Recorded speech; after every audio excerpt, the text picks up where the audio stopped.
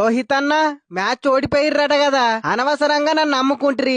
నేను చూడు సెంచరీ కొట్టి మరి మ్యాచ్ గెలిపించిన. నీకు హైదరాబాద్ బిర్యానీ మంచిగా వంట వచ్చినట్టున్నది తమ్ముడు, అందుకనే అంతగానం జోపుతున్నావు. మరి అట్టుంటది ఈశాన్ కిషన్ అంటే. కమిన్స్ అన్న నువ్వేమంటావు?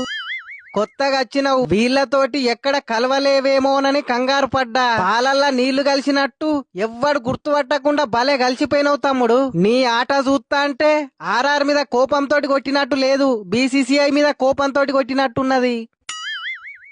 Ishan Kishan my dear best friend, నీ ఆట చూస్తే T20 చూసినట్టు లేదు, మొత్తం హైలైట్స్ చూసినట్టే ఉన్నది. ఫ్రెండ్ గా నువ్వు బాగుపడడం కంటే నాకు ఇంకేం కావాలి? సెంచరీ వేసినందుకు నీకన్నా ఎక్కువ నేనే ఫీల్ అయితన్నా. వస్తున్నాయి ఫీలింగ్స్, వస్తున్నాయి ఫీలింగ్స్, వచ్చి వచ్చి చంపేస్తున్నాయి ఫీలింగ్స్.